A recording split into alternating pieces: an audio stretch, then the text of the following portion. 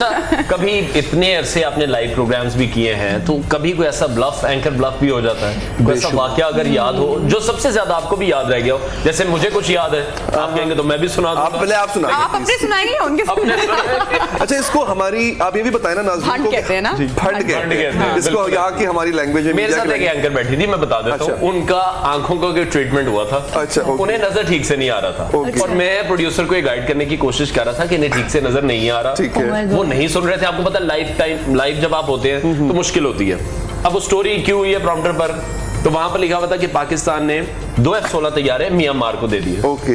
उन्होंने उसको पढ़ा, पाकिस्तान ने 2 F-16 तैयारे जावेद मियांदाद को दे दिए। वो मैं नहीं थी। अब सब हैरान कि जावेद मियांदाद साहब क्या करेंगे वो म्यांमार, वो मुझे बता रही है कि मुझे ठीक से नजर नहीं आ रहा, मैं नाम नहीं अभी ले सकता। तो वो बहुत शुरू में नहीं हो के दिन थे, तो ये इस तरह की कुछ स्टोरी। एग्जैक्टली कुछ इससे मिलती जुलती हमारी एंकर थी एक, और वो उनके साथ, अब मुझे नहीं पता उनकी आई साइट का मसला था या उस दिन कुछ ऐसा हो गया था, साइट का तो नहीं पता है किसका मसला था। बट अगेन हमारे साथ भी ऐसा होता है, ऐसा नहीं है कि मतलब किसी और के साथ हुआ हो। सबके साथ। मैं अपना भी सुना दूंगा भंड आपको। तो उनका ये था, बिकॉज इससे रिलेटेड है ये। तो एक साहब थे, हमारे रिपोर्टर थे, उनका नाम था वदूद मुनीर। अच्छा। तो उन्होंने, अब उनको शायद प्रॉम्प्टर वो तेजी से निकल गया, मुनीर या कुरैशी ऐसा कुछ था। कुरैशी। हाँ, तो अब उन्होंने उसको पढ़ दिया दो कुरैशी। अच्छा, और वो कहना भी क्या था उसको?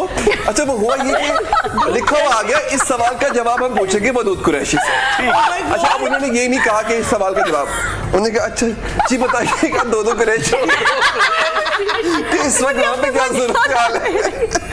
और मेरा अपना हुआ, नबिया ने नियो ज्वाइन किया, मुझे प्रोड्यूसर ने कहा कि अब आपने अनाउंस करना है कि नबिया एजाज ने ज्वाइन कर दिया है। मैंने अपना इंट्रो कराया, एक और एंकर उमैर था सीट पर और नबिया का नाम मैं भूल गया। अब मैं स्क्रीन पे ऐसे खड़ा हूँ। अब वो मुझे पीसीआर पे तंजील था, तंजील सेट अनवार बोल हम लाइव हैं, बोल। एमसीआर को कहते हैं एंकर फौत हो गया, उठा ले।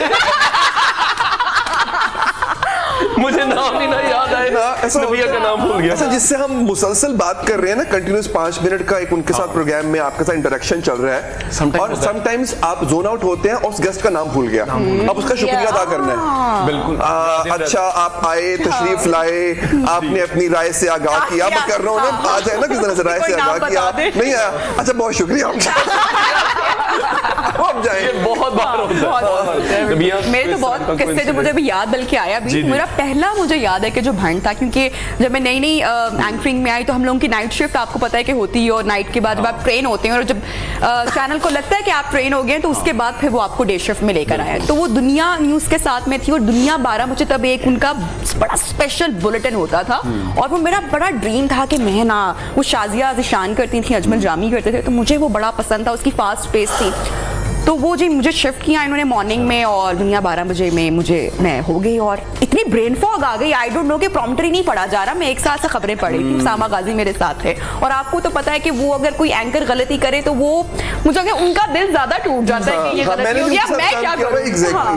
तो वो कोई डाकुओं का गिरोह पकड़ा गया। अब मेरे पे इतना प्रेशर था, और वो बाजिया भट्ट साहब थे, अगर आपकी उनसे मुलाकात होगी, मेरे पहले प्रोड्यूसर वही थे, और मैं पढ़ती जा रही हूँ, पूरा वॉइस ओवर था मेरे ऊपर, डाकुओं का गुर्दा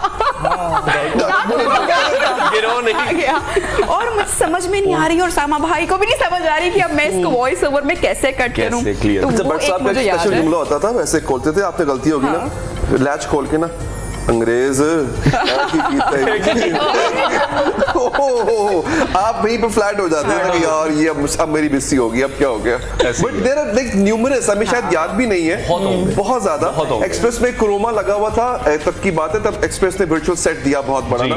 उसामा भाई वो सीनियर थे। अच्छा, मैंने उसामा भाई को मजाक में कहता था, उसामा भाई यू आर दैट, वो ना ही वाज वेरी एनर्जेटिक, अब वो लगे हुए हैं, ये हो गया, वो हो रहा है। अच्छा, अब कैमरा प्लेसिंग एक्सप्रेस की अब तो खैर बहुत सिंपल हो गई, उस जमाने में बहुत कॉम्प्लिकेटेड, आपको याद होगा, क्योंकि वो पूरा वर्चुअल सेट था, 50 कैमरे लगे हुए थे, अब आपको नहीं पता किस वक्त कौन सा कैमरा कट हो रहा है। मैं पीछे खड़ा होता था, I used to walk on the ramp and I was, अब मेरा मुझे पता है उस वहीं पे कट है, वो खबरें पढ़ रहे हैं, लगे रहेंगे ना, और मैं पता नहीं अपनी किसी धुन में ना मैं हल्का हल्का ना ऐसे डांस करते अब मैं उस पीछे से गुजर रहा हूँ लाइव और मैं पीछे से अपनी धुन में गुजर रहा हूँ, और फिर जब मैंने आगे किया ना तो मुझे बड़ी स्क्रीन पे आप 5 सेकंड के बाद आप आते हैं, तो मुझे आके नजर आया कि मैं लाइव ऐसे करके गुजरा हूँ। क्या मैं नौकरी गई, जियो पाकिस्तान में मोर की तरह फिर रहे थे उसके अंदर, तो ऐसे ही है जी, तो पाकिस्तान में मोर ऐसे फिर रहे थे रैंडम, उनको खुद नहीं पता कि वो उड़ के उनके ऊपर ना आ जाए।